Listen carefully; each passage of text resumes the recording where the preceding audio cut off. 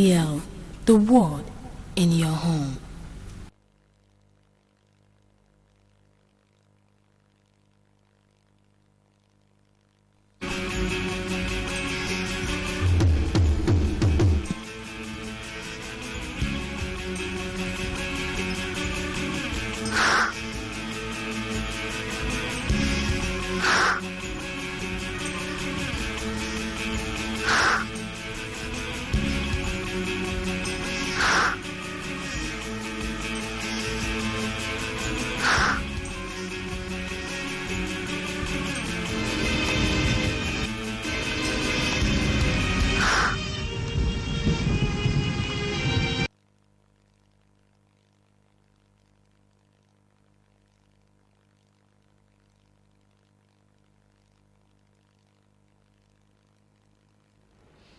Good morning. In case you're just joining us, this is Good Morning Abia, one-stop breakfast program on MCL TV. And this is Cynthia HMA welcoming you on board on this very breakfast show where we get you in the know of the happenings around the world, beginning from our own very state, Abia State, and we touch other states in this the country and also global news. Alright, we have our fashion here. Right after now, we're going to be visiting our Bible to find out the words they are going to teach every one of us this morning. Remember, words of Bible are simply those highly inspirational words that really are carefully written out for us all to inspire us all this morning. And this morning, after words of Bible, we are going to get to know what the news had in store for us. For Stella Wando is already seated, ready for the news, and after the news, we will take a break and get back and conclude our news bulletin on our newspaper review, where we usually take a look at the papers and find out what they have for all of us. After newspaper review, we'll take a break and get you engaged with our documentary. Okay, we'll keep that hanging until that point in time. Get to let you know the topic of the documentary. After the documentary, we get back and begin our discussion segment. And this morning, we are going to be talking about the President Muhammadu Buhari's promise to Ghana. He visited Ghana on Tuesday and promised them that Nigeria is going to help them in the fight against corruption. And we anticipate that you're going to be joining us then. Yes, with the number on the screen, you'll be telling us what you think about the topic. All right, let's go. First things first, the words on marble. Words on marble this morning, we are hearing from Rabindranath Tagore, who says, you can't cross the sea merely by standing and staring at the water. You can't cross the sea merely by standing and staring at the water. It simply says that inactivity will get you nowhere. Anything you want to do in life, whatever you want to achieve, whatever your dreams and aspirations in life, you will achieve that by motion, by getting involved in one activity or the other. You get doing it, and that way you'll achieve your dreams. And it's simply spreading out to us all as citizens of Abia State. If you aspire for the Abia of our dreams, you will not have that by sitting down. You have to achieve that by getting involved in the activities that will get that dream actualized. Begin by praying for Abia in your very home every early in the morning as you're praying for your family. Remember Abia State, and even as you're doing that, begin by paying your tax.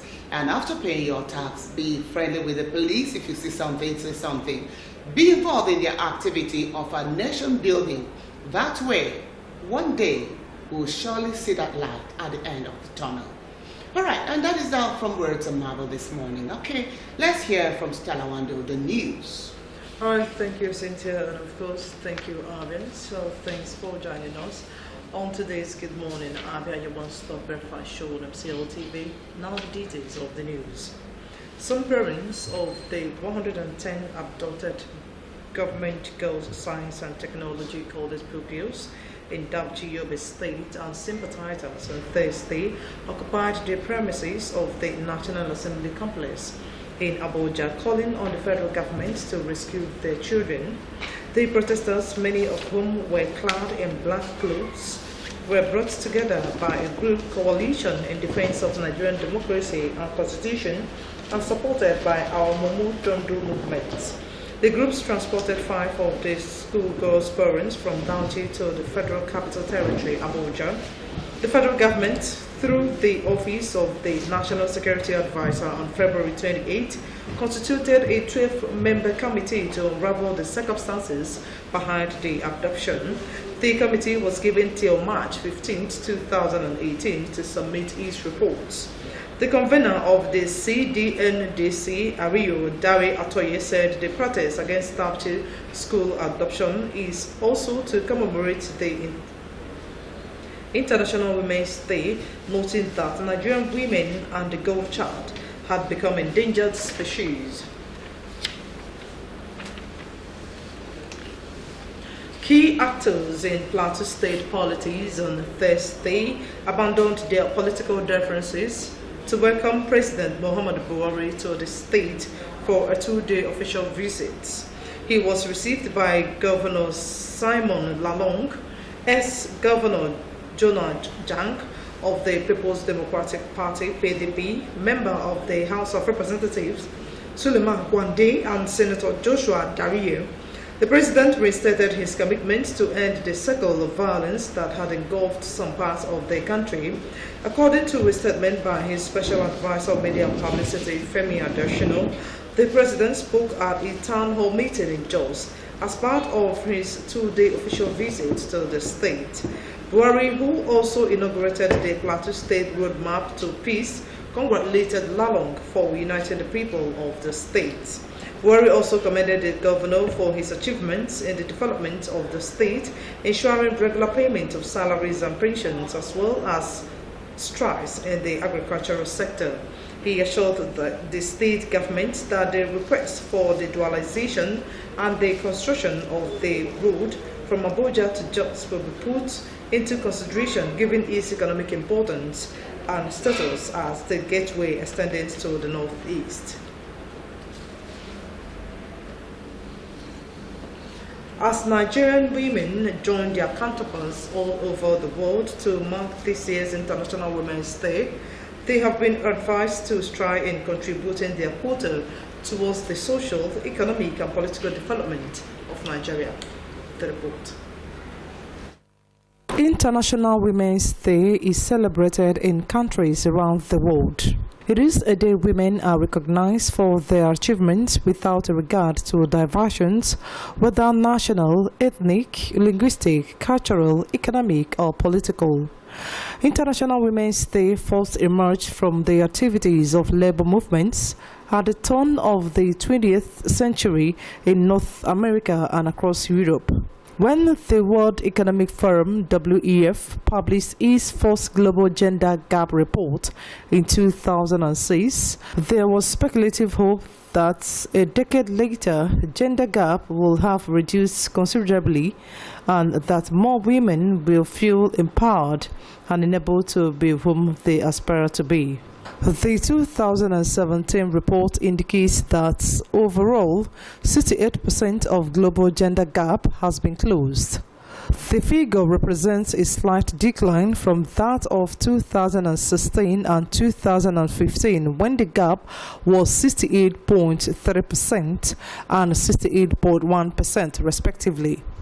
This is while the United Nations resolved to set aside every March 8 as International Women's Day, a global day meant to celebrate the social, economic, cultural, and political achievements of women. The day also marks a call to action for accelerating gender parity. So how has the Nigerian women fared? Women are being seen as subhuman. They are being seen as a thing. The man finds it very difficult to deal with the fact when we talk about seeing a woman as an equal partner. Men feel threatened. They are more comfortable with suppressing the right of the woman, so she doesn't get out to speak. She doesn't get to be heard. She doesn't get to actually stand for herself. Unfortunately, these men have forgotten that when a woman is well placed, when a woman is educated, when a woman is happy, she carries the home along, she carries the society along, and the whole society is happier. Violence against women in Nigeria is deeply embedded in the culture based on the patriarchal nature of the society, which stipulates that husbands owns the women and has the right over her, as said by campaigners against violence against women and children. Men should themselves recognize their potential. When they recognize their potential, they will now begin to market their potential. They shouldn't make themselves as a second hand. The government has a role.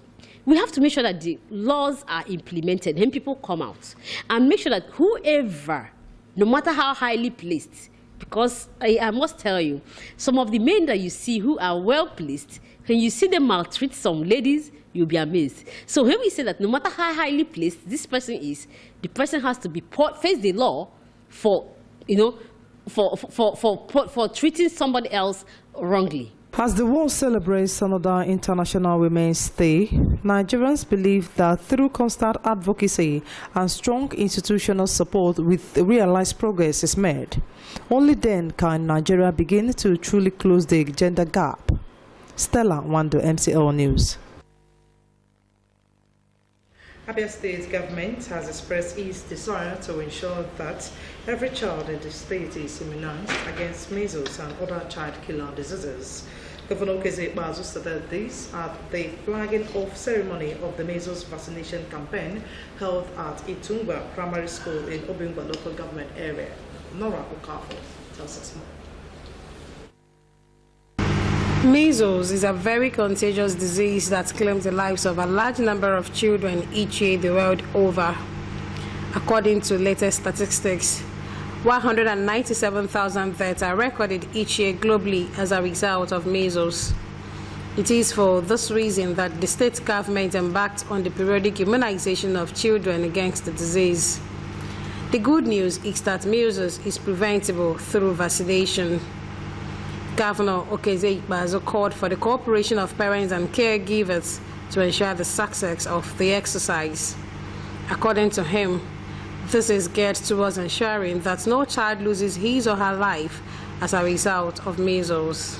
Measles, by the special grace of God, is vaccine preventable, and therefore it calls for the cooperation of parents, mothers, and deep commitment on the part of caregivers to ensure that no child born in Abia State is lost as a result of this cause. Commissioner for Health, Dr. Jana Hokana, said the current campaign was targeted at children from 9 months to 5 years. Dr. Hokana appealed to parents to take advantage of the exercise to immunize their children within the age bracket. It's imperative that we urge all caregivers, all mothers, all fathers, all opinion leaders, church leaders, traditional rulers, to assist in mobilizing the population to take advantage of this statewide immunization that is free. The chairman, Obingwa local government area, promised to partner with the State Ministry of Health in the fight against measles and other preventable disease. The World Health Organization and other developmental partners delivered goodwill messages at the event. Nora Okafor, MCL News.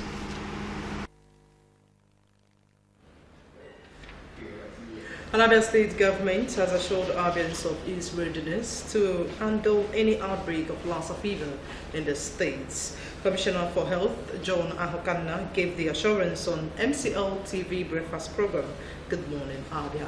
Chimezi Uzems tells us more. The current outbreak of the deadly Lassa fever in the country may be considered as a silent emergency, though it is no longer occupying the front burner. The World Health Organization, WHO, has described the recent outbreak as the worst in the country's history. According to the Nigerian Center for Disease Control, about 1,081 suspected cases have occurred in 18 states from 1st January through 25th February. Also, the disease has claimed the lives of 90 people, including healthcare workers, within the same period. The affected states are Anambra, Bauchi, Benue, Delta, Ebonyi, Edo, Ekiti, Federal Capital Territory, and Gombe. Others are Imo, Kogi, Lagos, Nasarawa, Ondo, Osun, Plateau, Rivers, and Taraba. With the Lassa fever disease claiming lives in the neighboring states of Imo and Ebonyi, there is the need for the state to be on high alert. Abia can be said to be lucky as it has not recorded any outbreak. Health Commissioner John Ahokana says the state is not pushing its luck too far. Ahokana said the state has mounted an intensive enlightenment campaign and introduced other measures in case of an outbreak of the disease. We also have a very robust surveillance system. Before now, yes, the surveillance system for the state, which I, by the way, head, we get to, there are 17 local government areas in Abia, and so 17 local government surveillance, disease notification and surveillance officers who were there. And all they do is go around and at any point in time report any of the cases presenting to the any of the health facilities that is atypical of malaria, and they tend to flag it off if they do have cases there. So the reporting used to be on a weekly basis, but then because we now have outbreaks in neighboring states, reporting is almost on a daily basis. The commissioner speaks on plans by the state government to have an isolation center in the state. We have the old infectious diseases unit in Abia, and so we made a case that we can use that place as our isolation center. And then, of course, there is a need to do it up, and because it's big, obviously quite a lot of funds. But then small work has actually been started there. We have to start from somewhere. But in the interim, yes, we have an isolation center in the FMC, which also serves Abia State. He used the opportunity to reiterate that there has been no recorded case of Lassa fever in Abia. Lassa fever is prevalent in West African countries such as Nigeria, Benin, Guinea, Ghana, Liberia, Mali, Sierra Leone, and Togo. Chimezie Ozems, MCL News. On the foreign scene, North Korean leader Kim Jong-un has invited Donald Trump to meet him, an unprecedented overture which the U.S. leader has said he will accept. The shock announcement was made by senior South Korean officials in Washington who passed on a letter from the North Korean leader. They said Mr. Kim has also agreed to halt nuclear and missile tests and was committed to denuclearization. Trump said the development was great progress, but that sanctions will remain in place until a firm agreement is reached. North Korea has not yet issued any official statement on the week's development. North Korea has been isolated on the international stage for decades because of human rights abuses and its pursuit of nuclear weapons.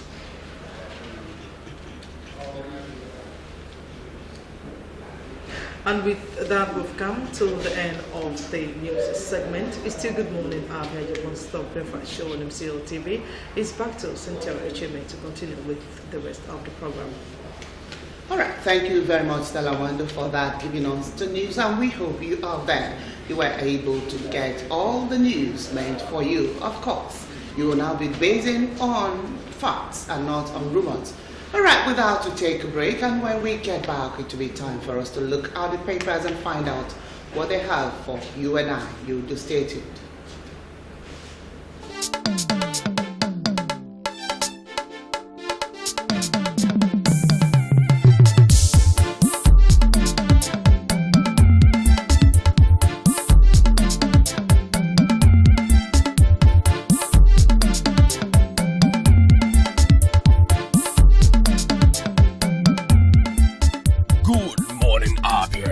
One-stop breakfast show on TV.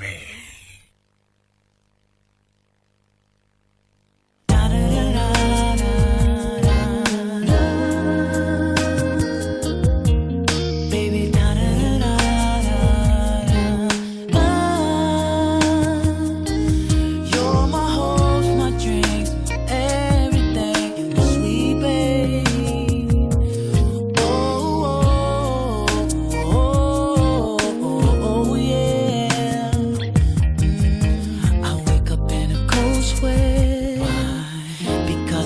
seen you yet.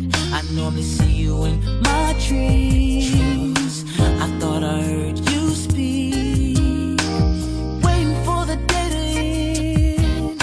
I'll be staring at you 8 by 10, and as I lay me down to sleep, starts over again. Yeah.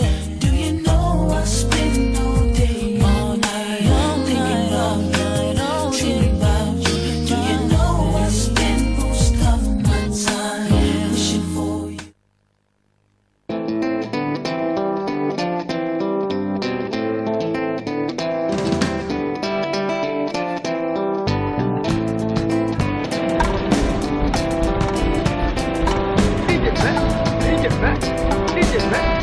Ah! What is that noise? It is so busy quick.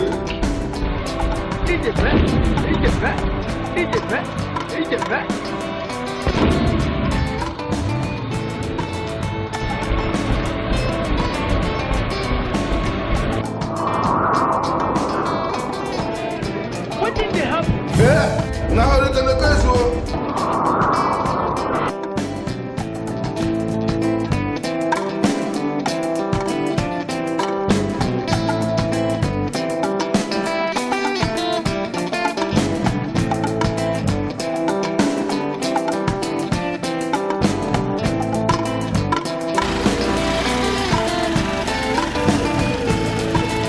Okay, so the light. Okay, so.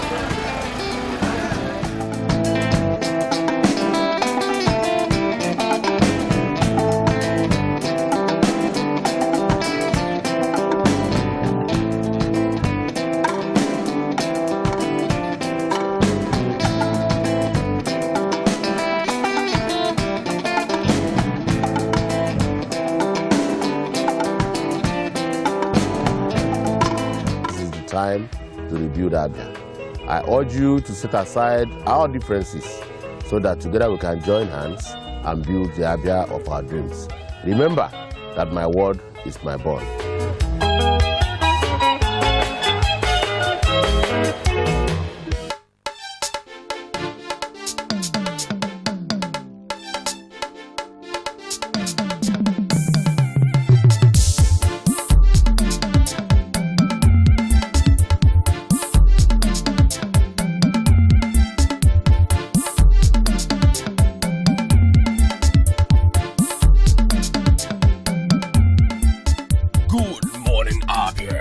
One-stop breakfast show on TV.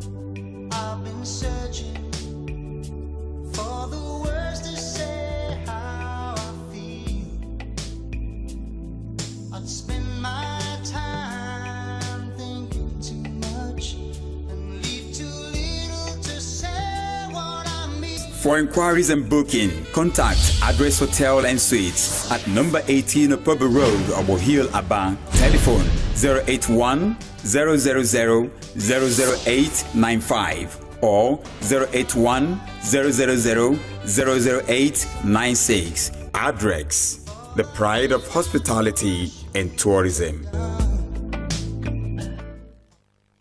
Have you heard of Prescal World and Heaven Options Limited? Prescal is a home of direct image right here in Abia. Why go to Lagos or Port Harcourt for your direct image jobs? Come to Prescal World and Heaven's Options located at number 145 Azikwe Road, Abia for perfect cover page, journals, magazines, brochures, and flyers. We also offer printing services in digital flex and billboard. window graphics, posters, stickers, heat transfers, ID cards, complimentary cards, monogram, and car branding. Heaven Auctions offer you entertainment services like event management, ambulance services with well-dignified undertakers. We can also boast of 3 months ordinary program in computer training, 6 months certificate in computer training, and 1 year advanced certificate in computer training. Why not visit Prescott and experience that quality jobs? For inquiries, call 080-3322-6115, 070-4024-7196, 070-8469-8165.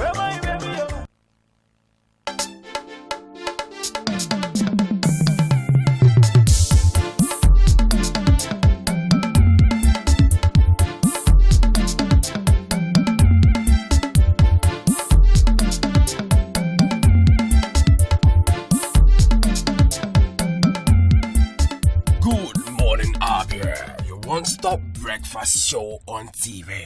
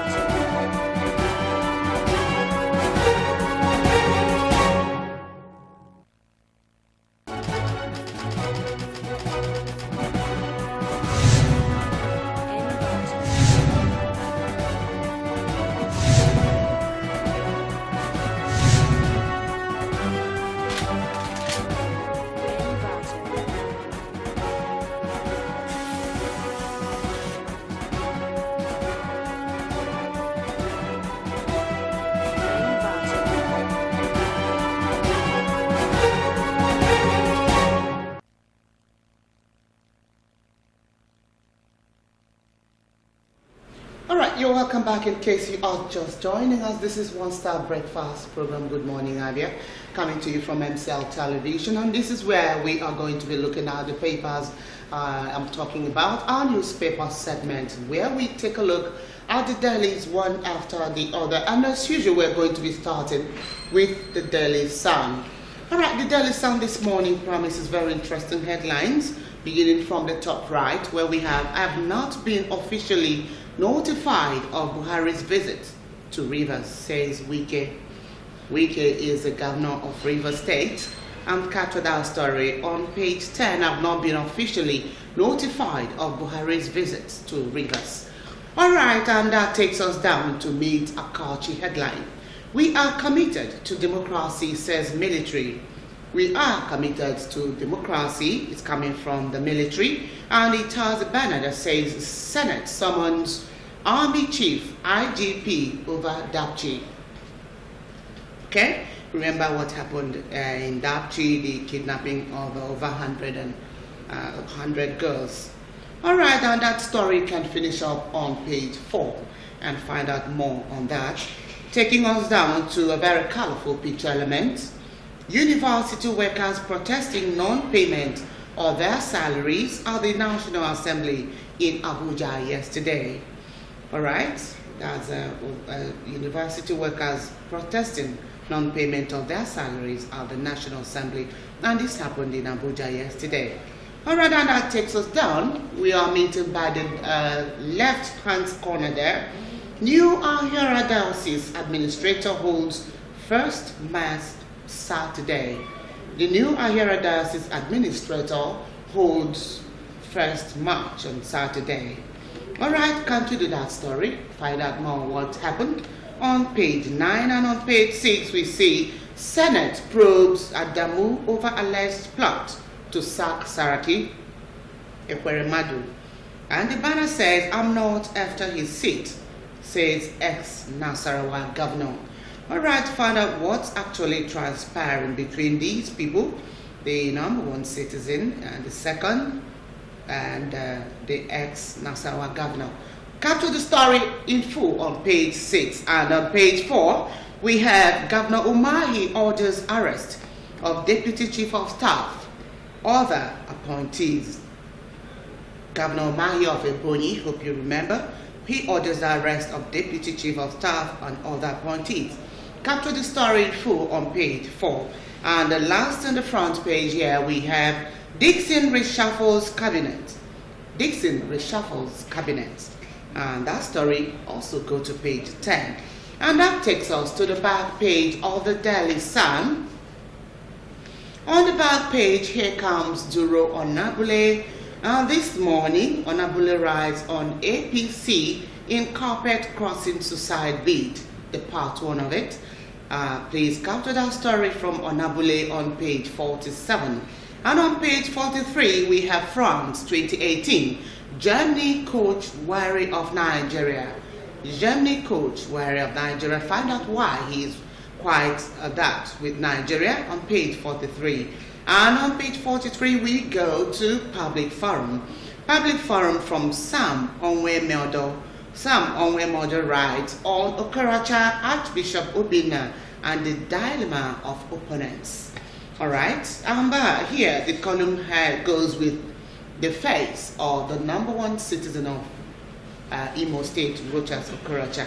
But unfortunately, I've searched, I didn't see any piece called out from which we can get an insight into what this column is all about unless we read the story in details. All right, and that is that for the Daily Sun. And coming to the Nation newspaper this morning, at the top left of our Nation newspaper, Okorocha justifies parking for Umusu is found on page 39 of the Nation newspaper. Closer to that, 222 inmates on death row in Delta Prison is found on page 4 of the Nation. Court orders service on Rivers APC chair. Go to page 4 and get the details of that. Underneath that, Buhari Tinubu orders Sisto Oshibajo at 61. It's found on page 2 of the Nation. Omera Eagles will tame Lewandowski. Go to page 47 and keep reading on that on sports. Moving down, our pains by 110 abducted Dauchi schoolgirls' parents. Go to on page 6 and read more on that sad pains of the parents of Dauchi schoolgirls. Sorry, and now to the next one. Reps okayed 2 billion naira for Ajokuta. Reps okayed 2 billion naira for Ajokuta. Fire me, $8 billion down the drain. 6 of the Nation newspaper. Now moving down, I will continue to impact lives, says Alakija. Is found on page 7 of the Nation. New PIGB ready next month. It's found on page 11 of the Nation. And of course, the major headline that says, ignore Ekweremado's Q comment, says military. Ignore Ekweremado's Q comment, says military. Armed forces loyal to democracy.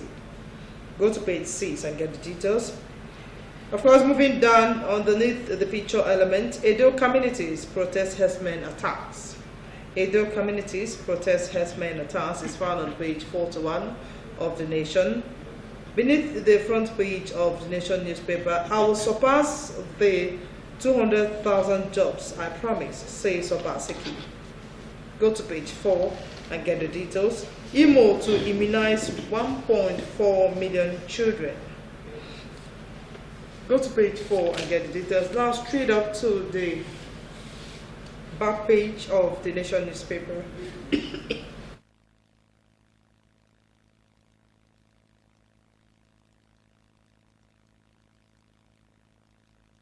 And at the back there, coming from Shegu Badagesin, what is Nigeria to me? What is Nigeria to me is at the back page. And on hardball, a deadline long overdue. A deadline long overdue.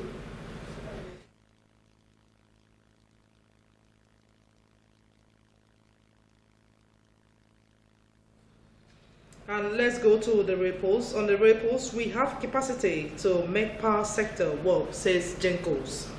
We have capacity to make power sector work. That's coming from Jenkos. And the response there said, Shakara. Then coming to hardball, of course, I want to take it again. A deadline long overdue. There is need for you to go to the back page on hardball and get the details of a headline long overdue. And that is it with the Nation newspaper this morning. All right, thank you very much. And that takes us to the last, we say, but not the least paper. And that is the New Telegraph. The New Telegraph this morning on the top left, on the top center page, we have CBN banks refund 7.21 billion naira and $2.40 million to customers. All right, the banner there says, lenders non-performing loans hit 2.4 trillion naira. Nigeria's debt rises to 11.9 trillion. All right, please capture that story on page 3. All right, and that takes us down, and we are seeing 4 picture elements in a line, beginning with the story on teacher's cane leaves 9-year-old pupil blind.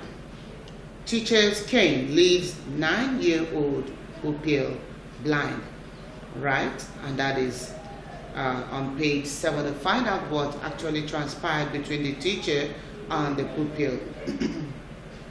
And the next, on page 10, on the story, Ajimobi appoints ex-New Telegraph's MD, Bolaji Tunji, as spokesman. All right, and that's on page 10. And on 6 comes the photo of the #1 citizen of Nigeria. I'm talking about the President Muhammadu Buhari. Reps move to override Buhari's veto on 22 bills. All right, on page 6, followed by the photo element of Saraki. Senate probes senators over plot to unseat Saraki. All right, that story can be captured in full on page 5. And leaving that with me to catch a headline. Cool, we have flashed out ambitious soldiers, says the military. Then the banner says pledges now to sack civilian government. And the next is DH quarters berates Ekweremadu. NLC, TUC, ASU lawyers vow to resist military intervention. Nigerians, ACF, Afenifere says coup no longer fashionable. All right, and that on pages you can capture the story in full and find out who says who, what, and why on pages 2, 10, and 11. And that takes us down as we are meeting several very touching picture elements of the Dapchi school girls' abduction. You see women and men, carrying placards, very large ones, with inscriptions: "We are Nigeria, save the girl child, save the mothers. We are Dapchi, we are Damawa, we are Taraba." It's quite a whole lot of it here.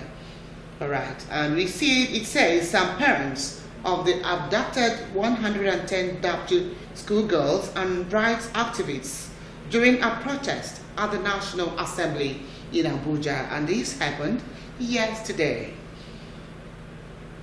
Okay, we continue to pray for the recovery of the girls.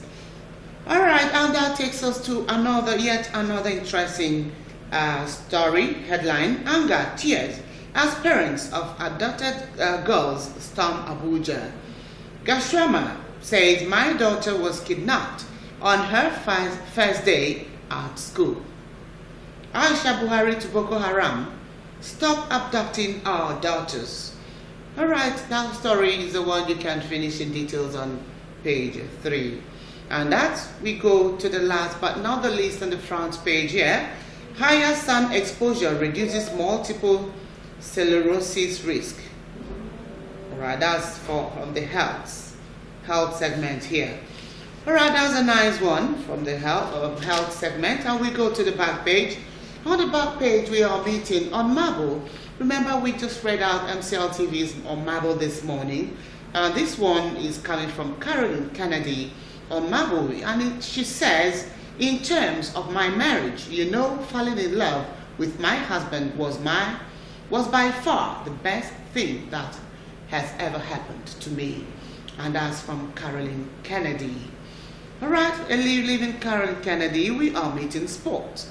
Missing IAAF's $150,000 tears AFN board apart. I hope you remember what just happened about the missing $150,000.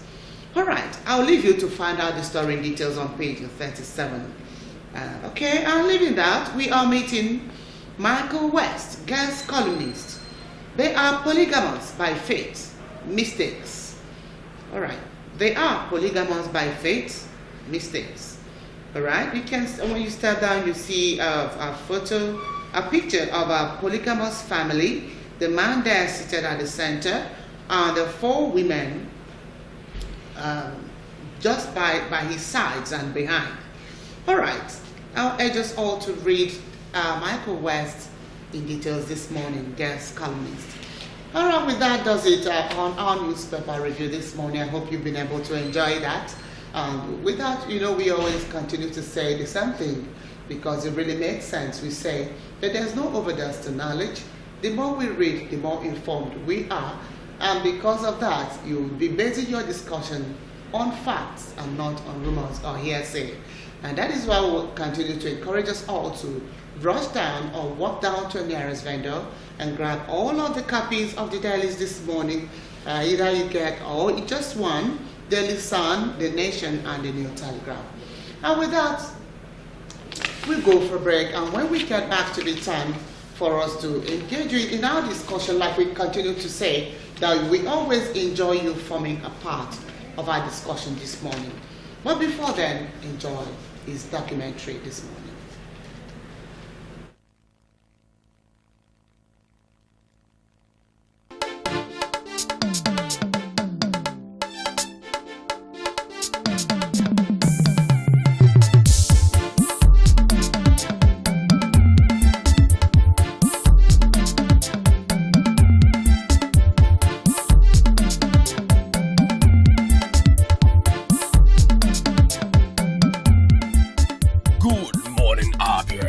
One-stop breakfast show on TV.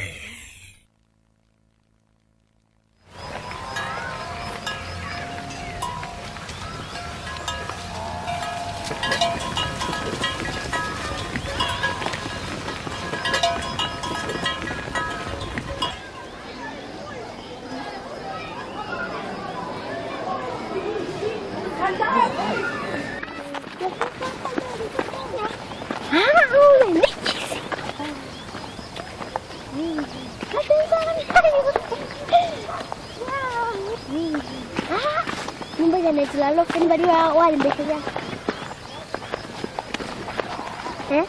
Dulu. Kalau nggak di, kok mau nggak? Udah jual.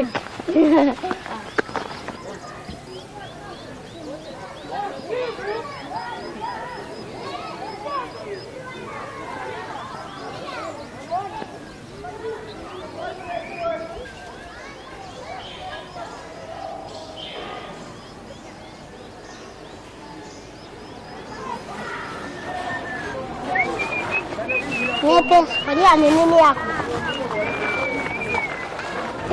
Banyak pensel. Cek.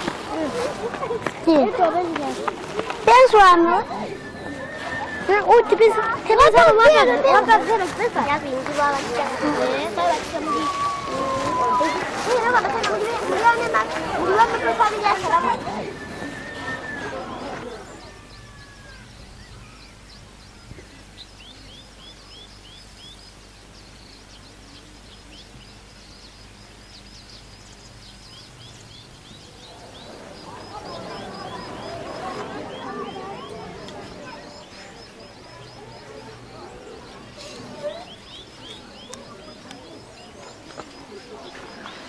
Mapunda kwa grade 1? You don't know. Simuzi. Simuzi basindi bwe basoli.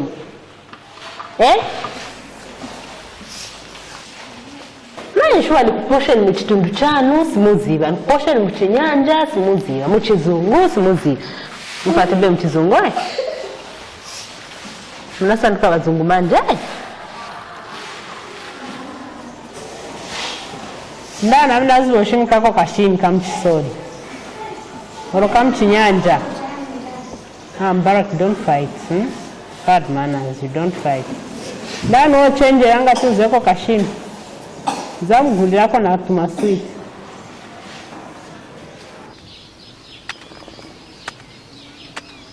So misho ine mu Zambia mu 72 na 73 tribals isa. Alright. Lino manje misho ine ikutekwa amba kwa mbeti yanifane bose bayingirire mu 70. Epese to kwamba mu radio. Misho yengiriramo. Kisungu kaina ndalo kisungu ekira sankanyanga abantu kunyufana. Mu misho wayi. Ole mwakupeyo kuchishi inanka chisipo mshobori wose akintu gishipa nini nyifana mchisu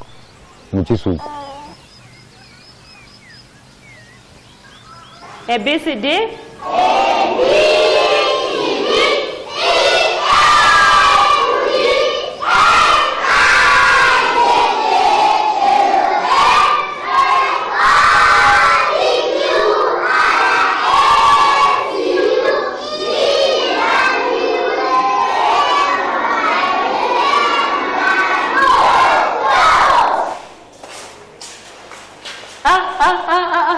chok. Konkoshani ndiye pia mumzangeni.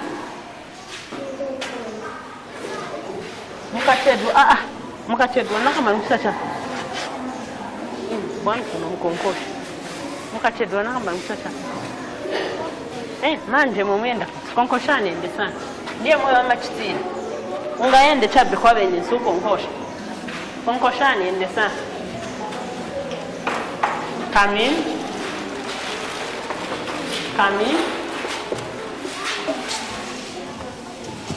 Why are you late?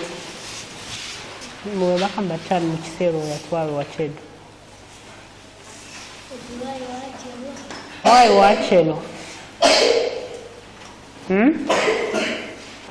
Kamba sorry teacher I'm late when do kankale pants. Sorry teacher. Kamba sorry teacher. I'm late. Okay, good one. Go and sit. Sunday, Monday.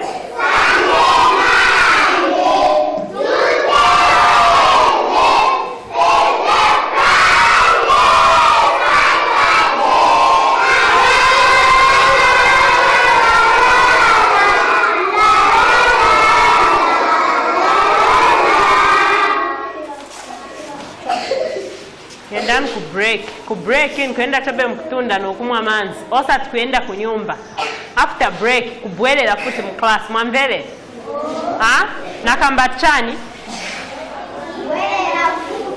sinakambe atumuyendelele nakamba natumuyende tape kumwa manzi na kwenda kutunda mukasiriza mubwele mumve sesa not kutamanga endani mchemushe pangoro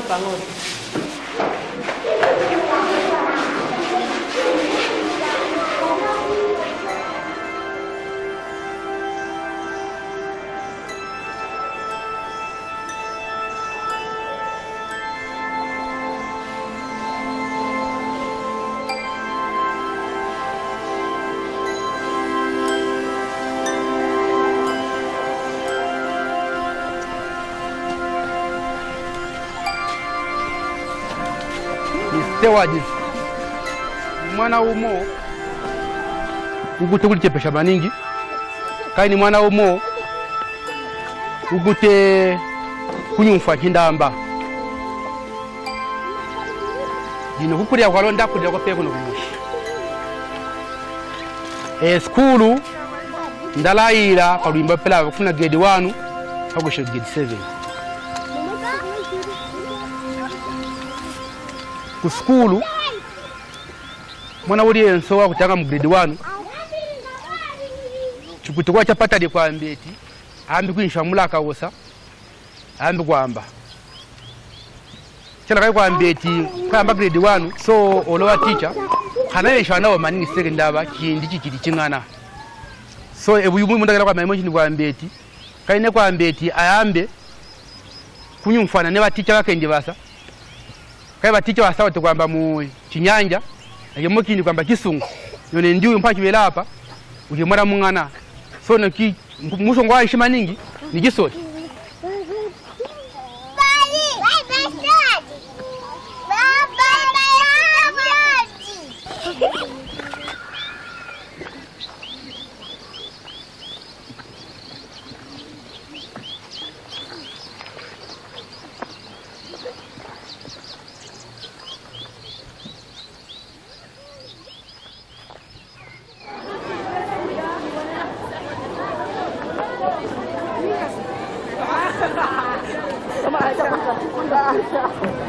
So we can start with the grade 1. Natandika grade 1 shikute 8 years. Chindi chetu twali kucherwa kwa kusukuru maningi. Because sometimes kodi mukulene manje bakupima so na alikasa hiyo ushakuti walelera pa so bali kwambe tuchirikanike. But jashikapa ekwinjira grade 1. Bali kuyambira kuya chisungu mu grade 1. Bali kutuisha T.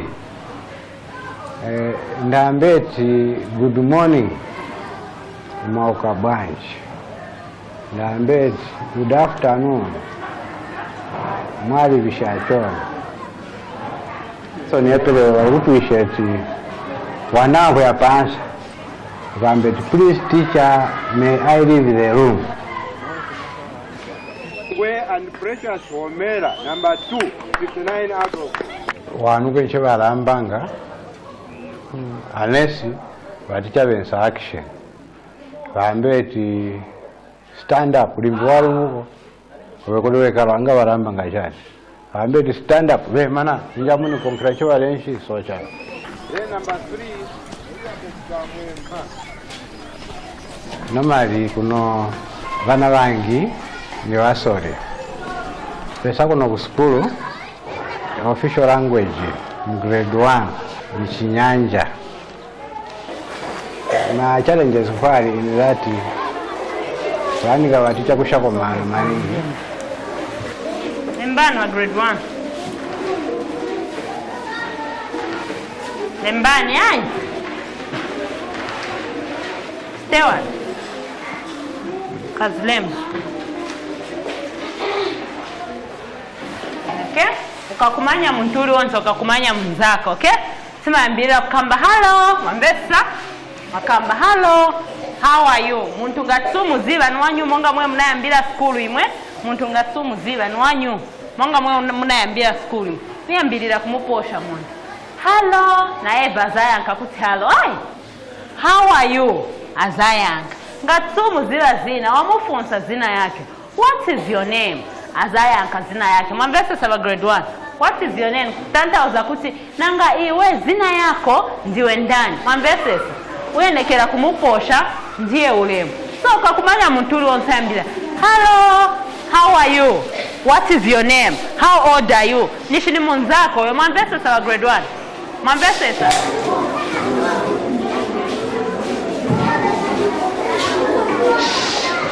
Imwe.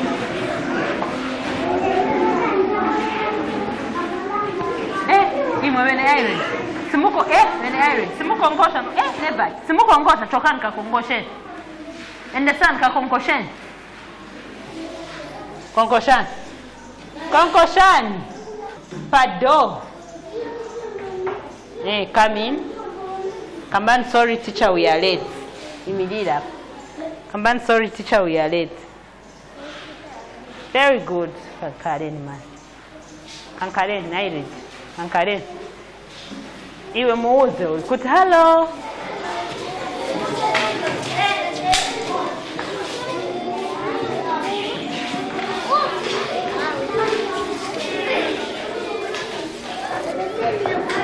Imililani nkunsen kon kanyim. Enda sans kad goenda kunyumba. Nikakambati. If you are happy and you know, clap your hands. Nkutota. Clap your hands nkutota mwambese. 2 times shabat. Mwambese. Mwambese sa. tieni.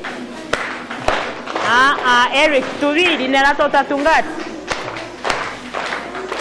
A grade 1, karan B. Nanga nenku. Inena tota tungati. Tungati. Very good.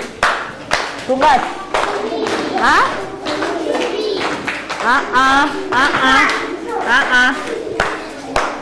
Mambesesa. Tanso mose. Kenti ambe pamozi. Tuvili chabi. Iwe pegstini. Ndiye tuvili utatoa uchi. Tuvili ni so. Mwambese saimililani once. Tien tonse pamozi. If you're happy and you know, clap your hands. If you're happy and you know, clap your hands. If you're happy and you know, and you really want to show. If you're happy and you know, clap your hands. If you're happy and you know, stamp your feet. If you're happy and you know, stamp your feet. Stamp your feet. Goodbye, class. Goodbye, teacher. Okay, bye-bye. All of you tomorrow to come. Okay, not school over. Mwambese. If kondani, mwambera wa grade 1. Nende bwino, mailo kabwele, Iwe, wewe ukwela kwa desk. Jonathan. Ndiye mama chitira kwa.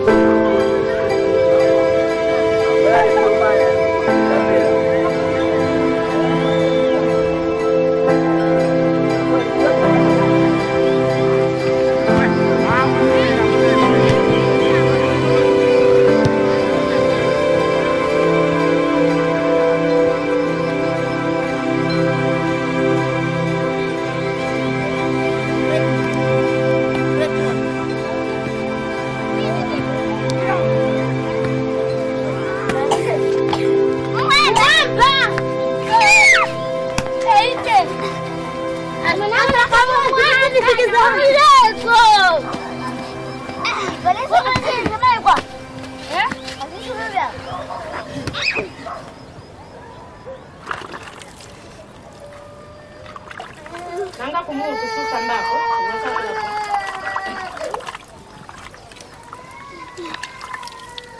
Musira manju mbele. Kwa fila. Sindine wakuno kuluimba. Tinashita chabe kubwera chifuka cha nchito. Nachoka ku Eastern Province. Mbaraki ni mwana wa bwino. Akonda kulima like ngati ni rain season. Pamene bachita vili vonse pamene nichita ine. Na eva zambo konka hapo kuchita. Ngati ni time yoshanga zapeza atenga milisi ashanga. Ya ama esako kukamba chisoli but not maningi. Chifukwa cha kuti pano pa nyumba tikamba chinyanja so eva ama kamba chinyanja kambi. Since English ni official language mno Zambia, baraka afunika kuziwa maningi, afunika vili vonse.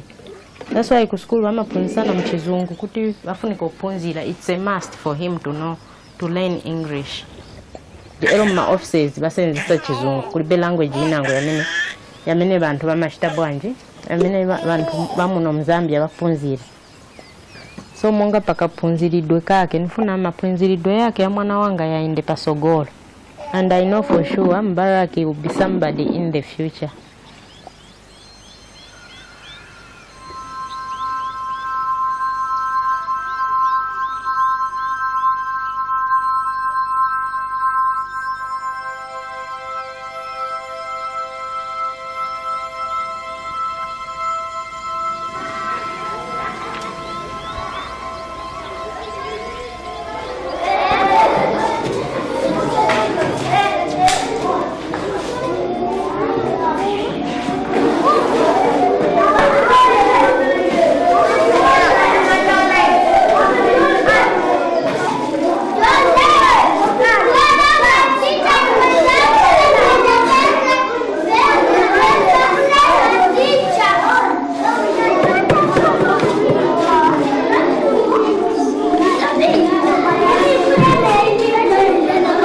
grade 1.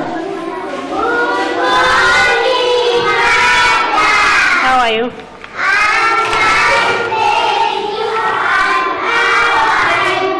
I'm fine, thank you. Sit down. Lantoch, Bweran Kuno. Steward, Kuno. Motion, we are going to Bwereku.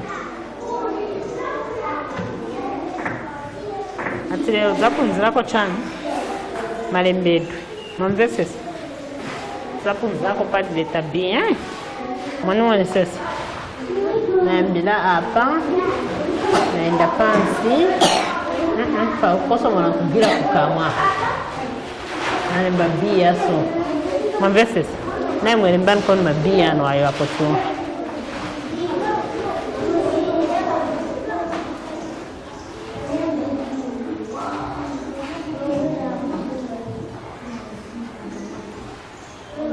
Good, Steward.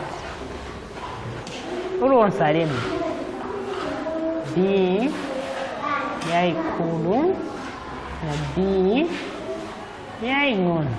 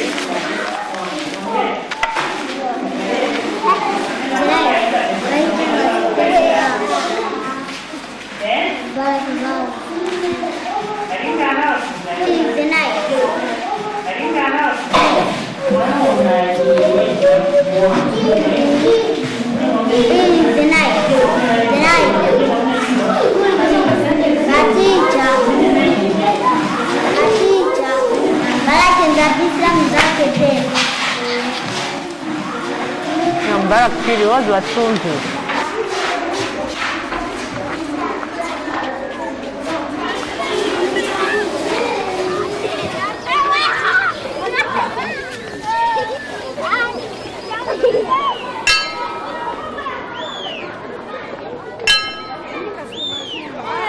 Barak, good boy.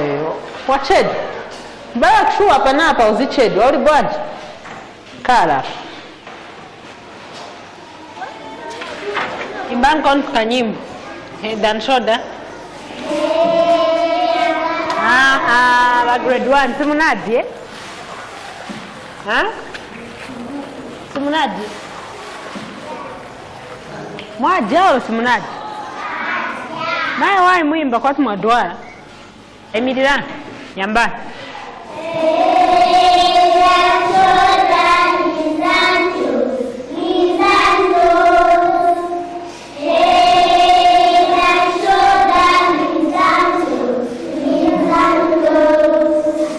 Zana ida bora pasogo. Imba weka ka good girl kaone weka zaindira imba weka. Good girl.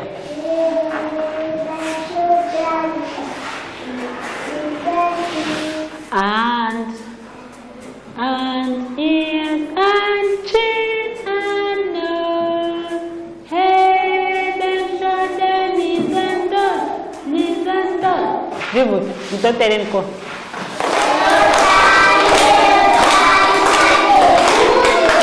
Dana mina ngachite head and shoulder. Huh? Touch your head, everyone. Touch your head.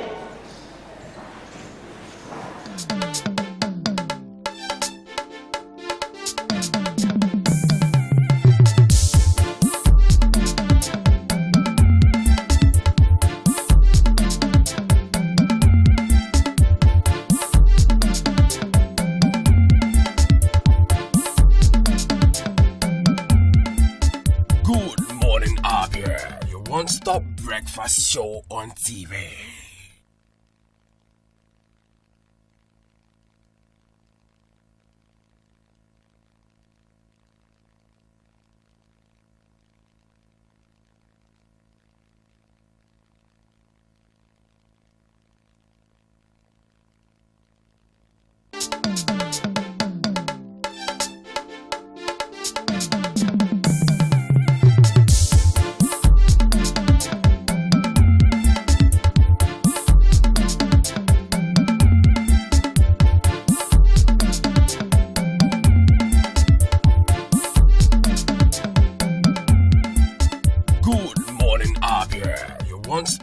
breakfast show on TV.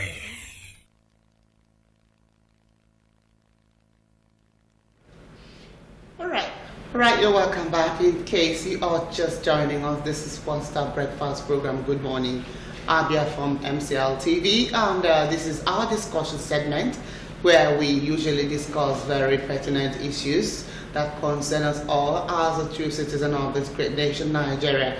And this morning we are going to be talking about the fight against corruption that has been going on in the country, the anti-graft war introduced by Muhammadu Buhari's administration, which during his campaign promises, this was one of his campaign promises that he was going to fight corruption, among others. And so far in the country, we have witnessed several incidents and issues that have to do with that fight against corruption. He has been on the neck of so many corrupt practices, trying to flush out the country. But his detractors, some of his critics have come up to say that the administration hasn't been fighting corruption, that it has been fighting opposition. All right, but it's a matter of individual opinion. And this is why this morning we're going to be showcasing, dealing on this topic this morning, to find out so far, how Nigeria has fared in this fight against corruption, whether we have indulged in quite genuine actions that, along that line. And to do justice to this topic this morning, I have with me a legal practitioner and a human rights activist in the person of the Barrister St. Moses. St. Moses, good morning, and thank you for coming on the program this morning. Good morning, Cynthia. Good morning, Abians. All right, by my immediate left, I have a new face, so to say, the person of Samuel Chidi. Samuel Chidi is a public affairs analyst. Thank you for coming on the program. Good morning, Abia. Good morning, viewers. All right. On the backdrop of what I just said, recently on Tuesday, the president also visited Accra, Ghana, where he's promised the country that he's going to help them in the fight against corruption. These are more we'll be looking into on this platform. You're welcome on board. All right, very shortly, there will be a number on the screen with which you can give us a call. Let me come to you, Barrister St. Moses. So far, how would you rate Nigeria's fight against corruption? Yeah, you see, when you talk about corruption in Nigeria, all right, we would be looking at a very huge monster that has sort of eluded every administration. There's no administration that has not confronted this monster called corruption. And yet, corruption appears to be becoming stronger. I remember the first time war against corruption came up in this country. It was made popular by the Buhari regime during his administration with Idiabo, the late Idiabo. Tunde Idiabo was the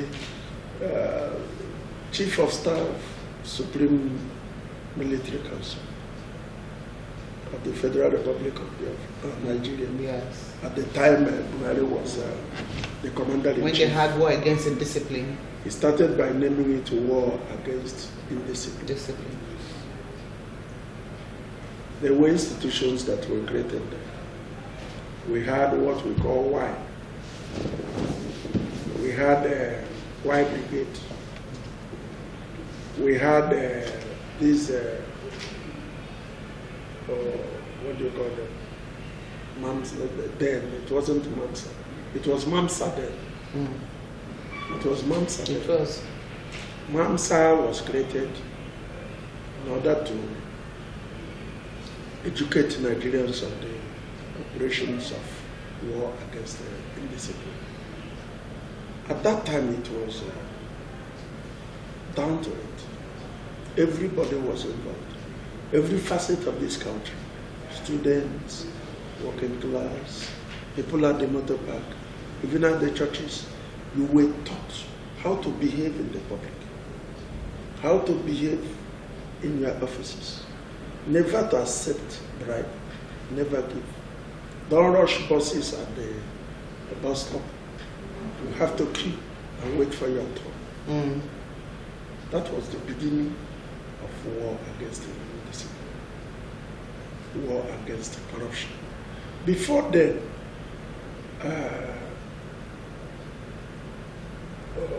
late Murtala Muhammad introduced war against corruption. When he came up, he retired all top officers of the military perceived to be corrupt. People whose age of retirement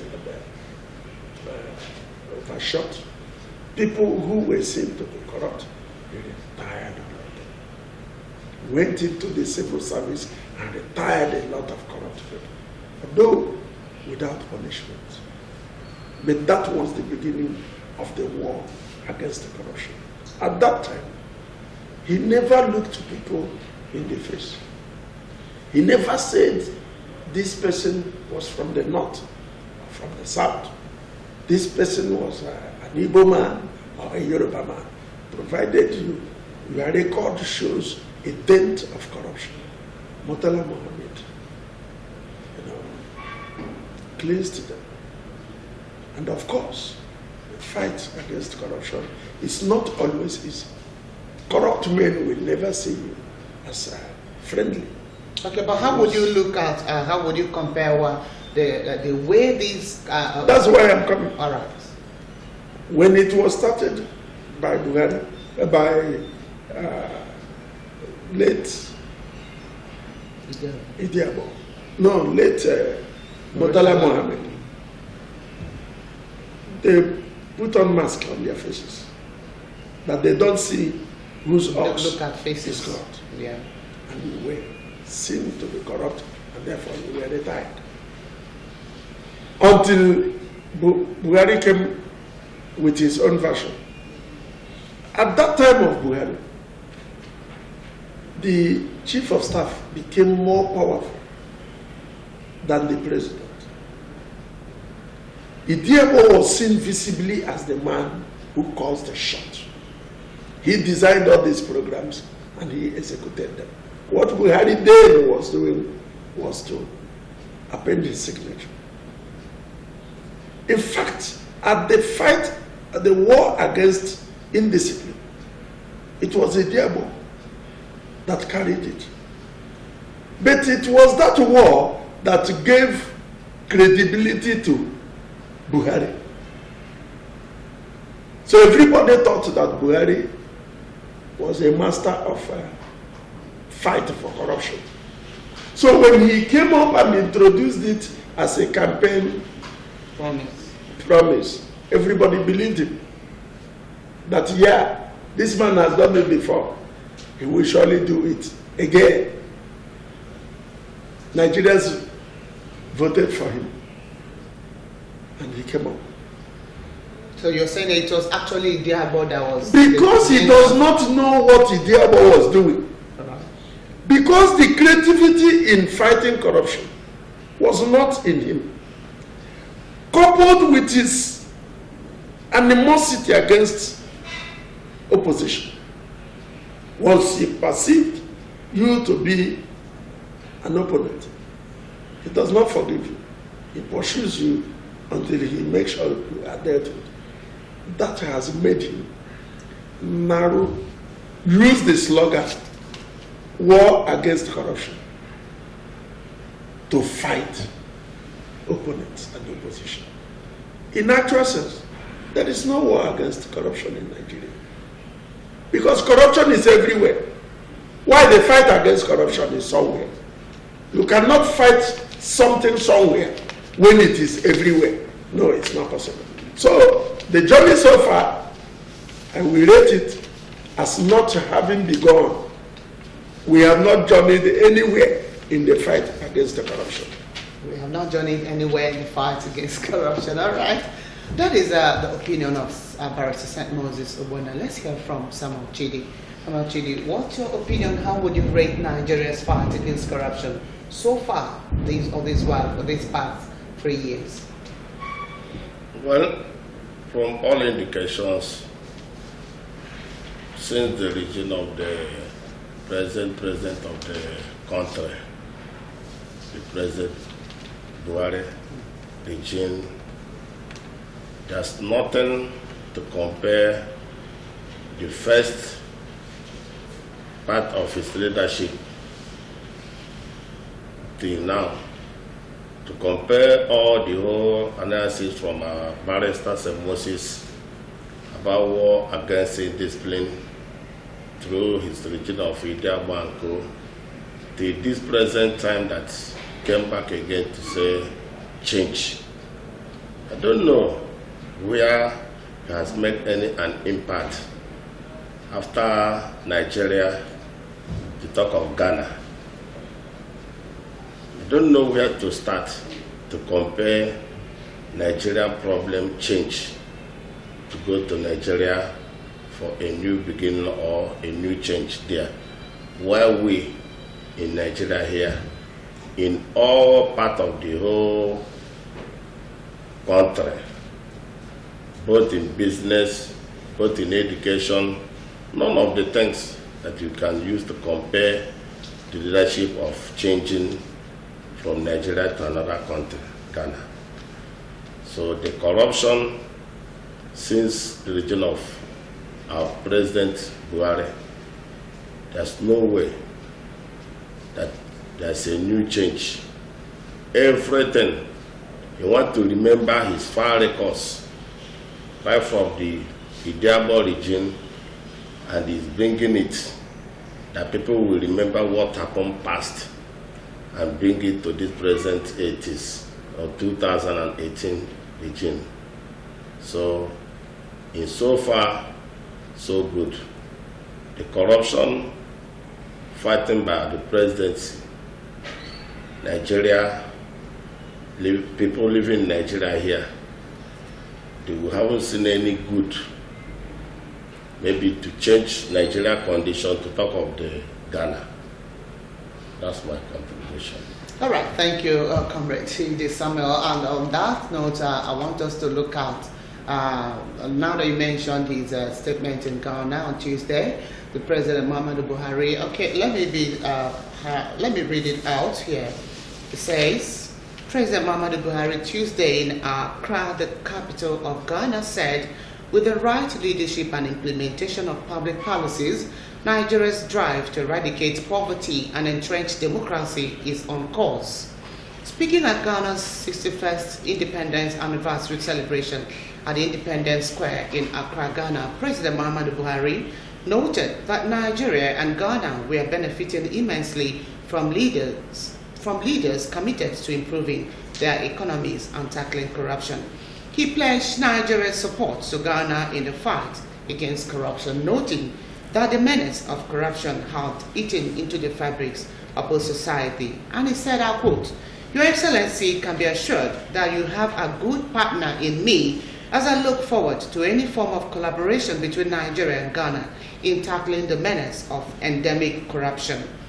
President Buhari, who was a special guest of honor at the ceremony, recounted the historic and cultural ties between Nigeria and Ghana, urging citizens of both countries to uphold the fraternal relations. And this, based on what I've just read out, would we now say, let me come to you, the legal practitioner, St. Moses, would we say that President Buhari made this pledge to Ghana to help them in fighting against corruption on the basis of his Big Brother Africa status as the president, number one citizen of a giant of Africa? You see, the president is satisfied with what he is given, because that is exactly what he has. You can't give what you don't have.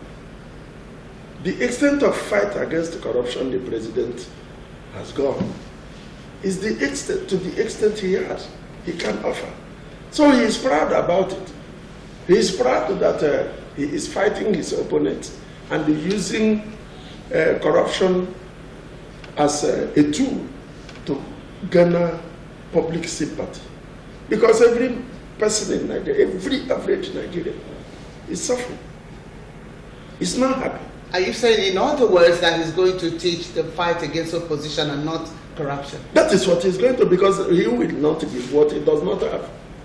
He does not have the way with that to fight corruption. But he has the way with that to fight opposition. And then every sitting government will welcome any idea given by anybody that can assist him crush opposition in his country. And that's exactly what he intends to do. But I know in Ghana he will fail, because Ghanaian society is more they are more enlightened politically than Nigerian society. Here we can keep quiet even in the face of provocation. When you react, when you criticize the government, you attack the opposition. It is only in this country, if you look at antecedents of Buhari, he knows how to make laws that will gag both the press and the society. You remember the Nadako era. You remember the laws that were made to gag the press. Decree 10 or so. Now we are coming into a baptismal name. They call a law against hate speech. And when such laws against hate speech is passed without proper definition of what amounts to hate speech, and like every other laws that are being abused in this country, you will see that if you say the president has done wrong, it will be interpreted to mean hate speech. Before you know it, the policeman corporal, the police corporal at the police station in your village will arrest you for making a hate speech. And before you know it, they will abandon checking of particulars on the street and collecting 50 naira to go against the people on the grounds that they have made hate speech. I think that the president just read out the script that was given to him, not necessarily giving Ghanaians, promising Ghanaians what he can offer, because he has nothing.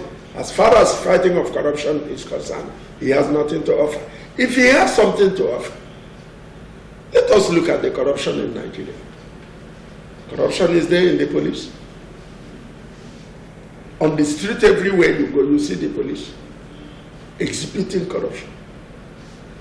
Up till today, police bail is free, written boldly.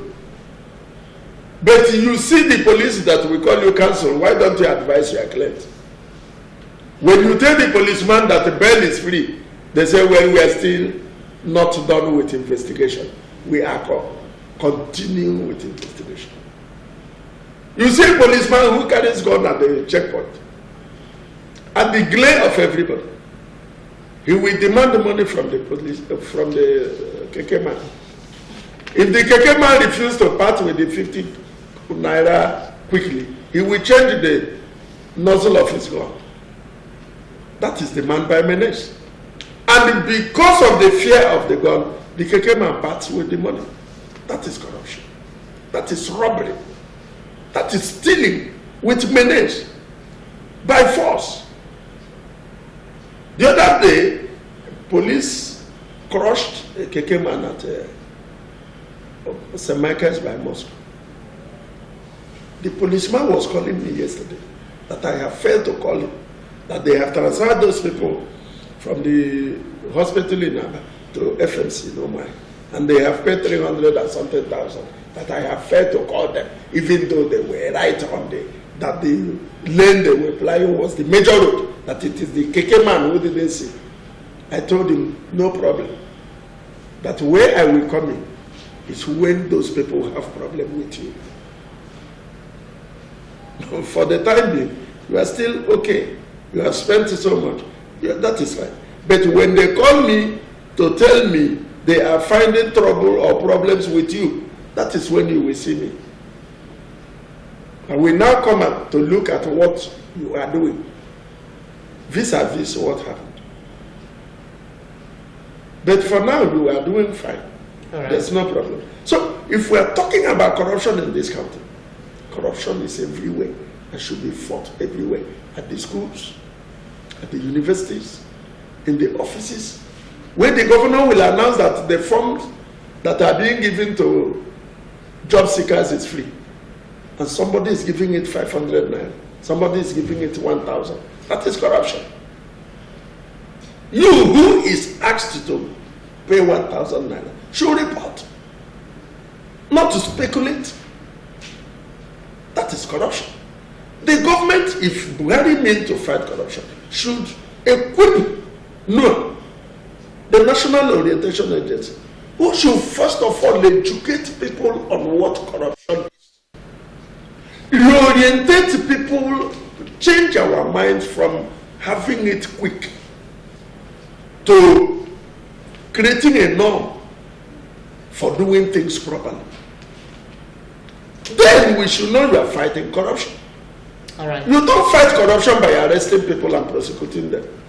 You begin the fighting against corruption by building norms, ethics of behavior, inculcating it into people, so that even when you are not there, when the policeman is not there, this ordinary civilian will stand up to tell you what you are doing is wrong. During the time of Idiabo, because everybody in this country does not remember Buhari, they say Idiabo's regime. During the time of Idiabo, ordinary students will arrest a taxi driver for violating traffic and hand him over to the police. That is war against corruption, not to, telling us Patience Jonathan. All right. Buildings. All right, thank you, gentlemen, so far for giving your bit on this topic. With that, we want to have you out there watching to form a part of our discussion as usual. Go ahead and very shortly, the number will appear on the screen with which you can give us a call and tell us what you think on the topic. The fight against corruption, the journey so far in Nigeria. All right, let me come back to you, Chidi Samuel. Do you think, based on what the President Moses has said, do you think that the president was merely making a political statement in Ghana? Well, of course, that's an open speech he made there. If somebody called to be a chairman of a ceremony, I have to read a welcome speech. And in all indication, for him to leave Nigeria to Ghana, you have to feel free. By feeling free, by making a speech, from all the whole things that promise the people of Ghana, or what he's going to do at Ghana, it's just a welcome address. Because the people said charity begins at home. You're right. Hence, he's from Nigeria. And thank God that the government and people of Ghana, they know the condition of Nigeria. From all indication from what the barrister Sembusi has said so far, he hasn't started anything about fighting corruption. Because from primary school, ordinary government school, ordinary teacher, is free education in Nigeria or in Abia State. But they will drag a child home because of ordinary broom or soap. But that said, free education. And who is the president of the country? It's Buhari. So for him to go to Ghana and start promising them or read a welcome address, it's just something he tapped out. Not to read a welcome address, to implement it. He hasn't started anything about fighting corruption. That's my finding. All right, thank you very much, Comrade Samuel Chidi. At this point, let's look at what Senator Ben Bruce said, reacting to the promise of the Nigerian president to Ghana on anti-corruption. Was Senator Bruce said in a post on his social media account that the President Buhari has not done enough in tackling corruption in his own country. And he further said that the senator advised the president to, through his actions, teach other West African countries how to truly fight corruption. He further asserted that what the president has been doing is fighting opposition in the guise of anti-corruption war. All right, now looking at what Ben Bruce said, do you think that Ben Bruce, that this is just a voice of opposition, or do you think it's a statement of fact, or he has said? Let me come back to you, the barrister. Do you think Ben Bruce is making a statement of fact, or just the attacking voice of opposition? Like I said, whenever you said a fact, and you are from the opposition, they take it to be an attack from the opposition. The president himself knows that he has not started. Because we have seen the arrest of so many people who are... Who are those people arrested? Okay, I'm sorry, sir. Let's take this number one call. Hello?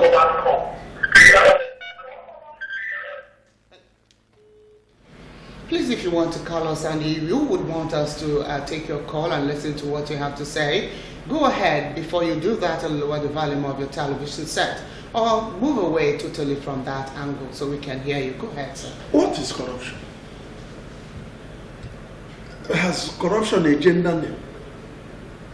Say corruption for women, corruption for men, corruption for PDP, corruption for ABC. Corruption remains corruption. I'm sorry, sir. The man has called back. Hello? Hello. Hello, good morning. Thank you for calling. Yeah, good morning. My name is Akonia. I'm calling from Abia. All right. Thank you, Akonia, for calling. Thank you. And what's your view on the topic? Let me start by saying we often look at, yes, I understand your topic, fight against corruption. But when you talk about fight against corruption, let us look at it politically, honestly. Even states, like Abia State, and I'm I bet what states should also take up their own anti-corruption fight. So, of course, you're not looking at the federal government to tackle corruption. The states on their own, you also have the mechanism of how to also fight corruption within their own state level. That is when we know that people are buying into the project. It's not really the only for people looking for what the president has said, what president has said. What of the state level, local government level, what is happening there in terms of corruption? Because that of corruption there is also massive. The coming to John so far in terms of the presidency. The major problem we have in this country, even all of us that are talking on this issue, if you enter there, the first problem is there. The major problem we have in this country is, one, judicial in terms of corruption fight. Then two, is confederalism. Then three, is ethnicity. If you try to talk to these people, they say it's is fighting and poor people. The fighting is still concerning for different. And it's very, very bad.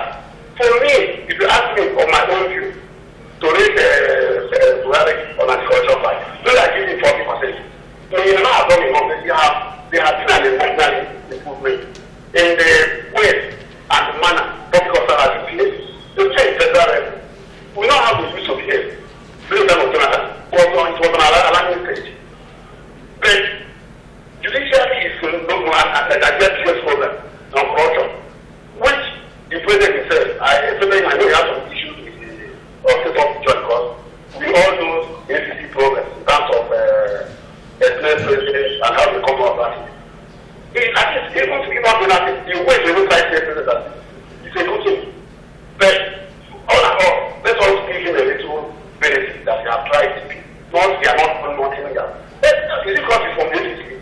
That's why I don't think it belongs to the party. But if the government has done well, like, okay, I'm still encouraged you have done well. Doesn't matter the party it is. He has done well compared to Jonathan. But the area people are looking out to when he was campaigning, what the solution people, they are not making it. But have you done well compared to this direct movement? Thank you very much. Thank you very much, Akonia. You've spoken well. Would you react to what he has said? The problem of Akonia is always that problem of definition. In every topic, it is defined. The governors you are talking about never promised a fight against corruption as their campaign promise. Buhari single-handedly says, I will fight corruption. There is no location for federal. Okay, does it mean that the states will not, is it not needful that the states also join in the fight against corruption? How do you fight corruption? You use government apparatus to fight corruption. Who executes corruption? The executive, the police. They prosecute. Not the government. And we've been saying it when we talk about the state police. The states will be effective in doing what they want to do when they have their own apparatus for prosecution. Which is? By having their own state police. You were here when the Benue people passed anti-grazing law. Has it been carried out? Who executes? Is it the government? It's the police. All right, let's take this call. Okay, sorry, go ahead. We missed it. The grazers are there. Who is to arrest them? The police. And because the police belongs to the federal, that law has remained impotent.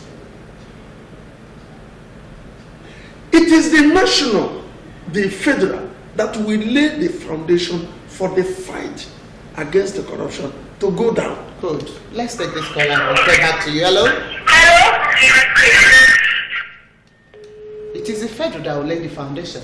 For it to begin, to be effective. Okay. For instance, when the National Orientation Agency begins their campaign against corruption, it has to be everywhere.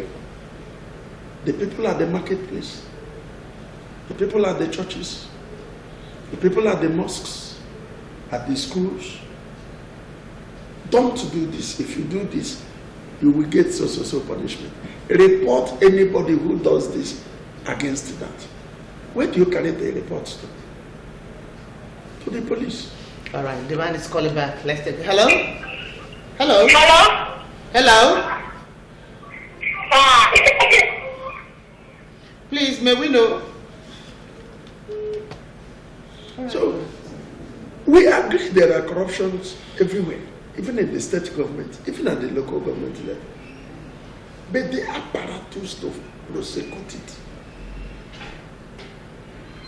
But I want to ask a question. Why does it appear as if it is only the President Muhammadu Buhari that is fighting corruption? He is not the one fighting corruption because he has not started. He made it a campaign promise. I will fight corruption. Who are those that he's supposed to fight? Those who are Remember corrupt. He started those who are corrupt. With the cleansing of the judiciary. Remember what happened today? Those who never gave judgment to his party. All right. Okay, let me hear from you, Comrade Chidi. What do you think about this? We've been talking about corruption. Do you think, like the senator said, Bruce said that the president has just been fighting opposition and not actually fighting corruption? Do you think that is a statement of fact that we are hearing the voice of opposition? Is there any truth, bit of truth in what's said? In both sides. He's fighting, he hasn't started anything about the corruption from the first caller. What about the alleged corrupt judges now? On that side of the alleged... Were they convicted? Was there any proof to show that those judges were corrupt? How many of them were convicted? None. Okay, let's hear from our comrade. Comrade, what do you think about that? What happened in Nigeria through the regime of the presidency, Buhari? From all indication, he hasn't go actual on his campaign promise. And from the first caller that said the governor, the state will start and the president will start, the tag or topic of his campaign thing was fighting of corruption and change begins by me. And since then, the first caller said that he had gone 40%. I don't know where there's 40%, whether in his own private house or another place. But in Nigeria as a whole, he hasn't started anything about change begins by me inside of fighting corruption. Okay, your opinion is that he hasn't started. He hasn't. That even the 40% is too much. No, he hasn't. All right, Barrister Said Moses, what do you think? Do you think that Nigeria, despite our domestic problems, our domestic shortcomings, do you think we are able to really fight this to the finish? We are ready to fight corruption with the tools for the enablement, the awareness, the commitment, to fight corruption. It's not government Yeah, alone. I think It's not government alone that ought to fight corruption. Even a baby now knows about fighting corruption in Nigeria. That's what the enablement is, isn't it? Okay. You were here when IG, the Inspector General of Police, who is the chief headsman of security in this country, he was there when headsmen are slaughtering people. What made him not arrested is corruption. Rather, he changed the slaughtering of people by headsmen to communal clash. What do you call that? Is it from a sincere heart? A man who wants to fight ills of the society. Where you are there, people are being slaughtered in their great numbers and being buried. The man who holds the security of this country in his palm says it is a communal clash. What is more than a hate speech than that? Because you are provoking the people that have been slaughtered. You are telling them that they shouldn't rely on the police, that they should resort to self-help. If they need help, it's not from the police. All right. You were there when it is being alleged that a lot of money is being spent in order for police commissioners to be promoted, to be assigned to states. Nothing was done about it. Instead, the senator who said it was. Hello. Okay, let's take this call. Hello? Hello, good morning. Please, my name is Akunia. I just want to react to what the barrister. St. Moses. My honorable friend, the secretary, said. I want to react to it. Okay. He's saying that the state has the capacity to enact or work on anti-corruption or work or even prosecute. It's a very, very long assertion. I don't agree with it. I don't agree with you on that. The states have the jury right. The states have their own director of prosecution. States have the jury right. They have their own laws. If you take a state law, they have a federal law. They have the state laws. So if you say that the state has no power, what of the people that they have been arrested in the state? That they start to set up a tribunal or set up something to start fighting this thing, to look at the people after that they indict people and get into court. The state has the power. Let us not shy away from the truth. And you won't tell me because the governor did not say anti-corruption is part of campaign strategy. What are you coming in to do? If anti-corruption is part of your campaign strategy as a governor, for goodness sake, what transparency are you bringing to the government? If you are telling me that anti-corruption is part of your agenda, what transparency are you bringing to the government? It's very unfortunate on that type of statement. It's a high-ranking person in this state. He should put the record straight and let's move forward. If the states are not doing it, I know Kaduna State has been happening. And they have their own anti-corruption panel working on it. Some states have already enacted it. So it's something we should embrace. Let it not be looking at federal government, looking at Buhari. Let's all of us buy into the idea. That's what I'm trying to do. And let's understand the truth. There's no, that's why it's the PDP. Put some proposal to the government, not only to the president, government, put a way forward. I like what what you guys are doing. It's an agenda to the government, to the governor. Don't tell me they cannot do it. Thank you very much. Thank you very much, Akunia. You see, I still maintain that the problem of Akunia is his inability to define issues. I think the topic is the fight against corruption. By Buhari, his campaign promises that he was going to fight corruption. The way he is fighting it, is it making a headway? We are saying no. That instead of fighting corruption, laying a foundation that will be all embracing, he pursued a passive opposition, passive enemies. We are not saying that there are no corruptions in the state. We are not saying that the state governments are not doing anything to pursue, to fight corruption. But we are saying, having come from Buhari as his campaign promise, is he pursuing corruption the way and manner it ought to be done. Right. We are saying no, that what we are hearing is PDP, this, PDP, that, judges that gave judgment to PDP, they are corrupt. All the APC people that have been indicted, look at Magu, a whole ranking institution like director of DSS said Magu is corrupt. Pushed him to Senate. Senate studied it and said, yes, you are corrupt. But the president, the champion of corruption, said he must be there. Look at all the corrupt members of the government who have been proved. Look at the latest appointment made. A person who is on the wanted list, coming back to be a director of DIA. My brother. And you are saying you are fighting corruption. You are using corrupt implement. Buhari is using corrupt implement to fight corruption. And it cannot work. You don't fight rat with fish. All right. Rat will chop that fish. All right, thank you very much, the gentleman versus St. Moses, for giving us your opinion on the topic, giving us your bit on the topic. Because of time, that is the much we can take on this topic. Of course, by tomorrow we'll continue because we'll have quite a lot of series of questions to pose, to be posed to you, the guest. We'll have to look at the corruption that Nigeria is fighting. Do we see some element of ethnic coloration and so many other questions? I hope you're going to be joining us tomorrow on this topic, same time from MCL Television. But right after now, please do stay tuned for sports coming from Jonah Oji. Do stay tuned.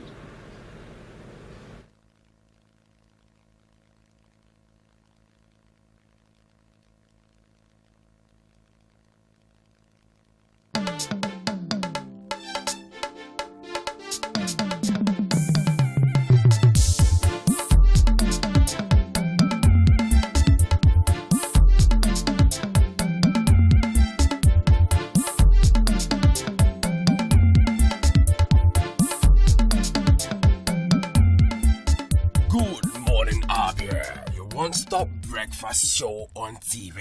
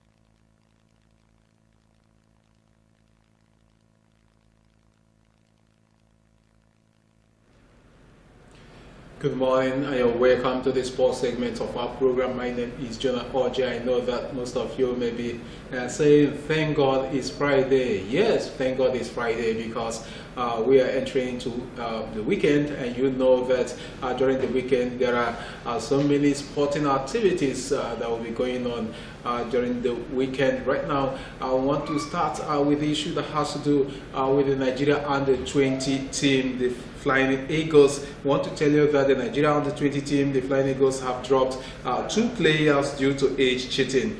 Though the names of the players were not revealed, our assistant coach of the team, Abubakar Bala, said in Abuja that the players were born before January 1st, 1999. I want to quote him. We invited 30 players, 22 are in camp, But unfortunately, we have to drop 2 players because of the age in their passports is over the age we are expecting. So we had to drop them. We didn't allow them to train. Abubakar said Nigeria will face either Guinea-Bissau or Sierra Leone in the second round of the 2019 Africa Under-20 Cup of Nations qualifiers, with the first leg to be played on 11 to 13 May and the second leg a week later. It is understood that the Nigerian Federation are in talks with their Egyptian counterparts over a friendly match before the Under-20 team play their first competitive game. It's good that those players who have passed the age, that age of 20 years, should not be incorporated into the team. Right now we want players that will be participating in the Under-20 competition to be those that will be able to grow into Super Eagles players. We do not want those that will, after playing participating in the Under-20 competition, you see them not be able to feature for the Super Eagles of Nigeria due to old age. Alright, let us now go over to the women football. This time we want to tell you that Nigeria Super Falcons have been drawn in Group D for the Under-20 Women World Cup that we hold in France in August. They will battle European powerhouse Germany, China, and of course Haiti for one of the tickets for a quarter-final place. For the Falconets, the first match, which will mostly be the toughest, is against Germany on August the 6th. Nigeria's best outing in the competition is a second place finish in the 2010 and 2014 edition. Let us now give you a rundown of the group that's really emanated and those contend therein. In Group A we have France, Ghana, New Zealand, and of course Netherlands. In Group B we have Korea, DPR, England, Mexico, and Brazil. Group C has USA, Japan, Paraguay, and Spain, while in Group B, that is where you have Haiti, China, Nigeria, and of course Germany. These are the groups that we have, and the countries that will stage against each other during the Under-20 Women's World Cup. Alright, now let us now take a look at some other issues in the world of sports. Right now we want to go over to athletics. We Athletics Federation of Nigeria, AFN, President Ibrahim Gusau and the Sports Ministry are making moves to ensure that the World Athletics ruling body, IAF, was refunded the $150,000 that was mistakenly paid into the accounts of the AFN. It was gathered yesterday that the AFN Secretary General spent the money on certain projects after obtaining approval from the Sports Ministry.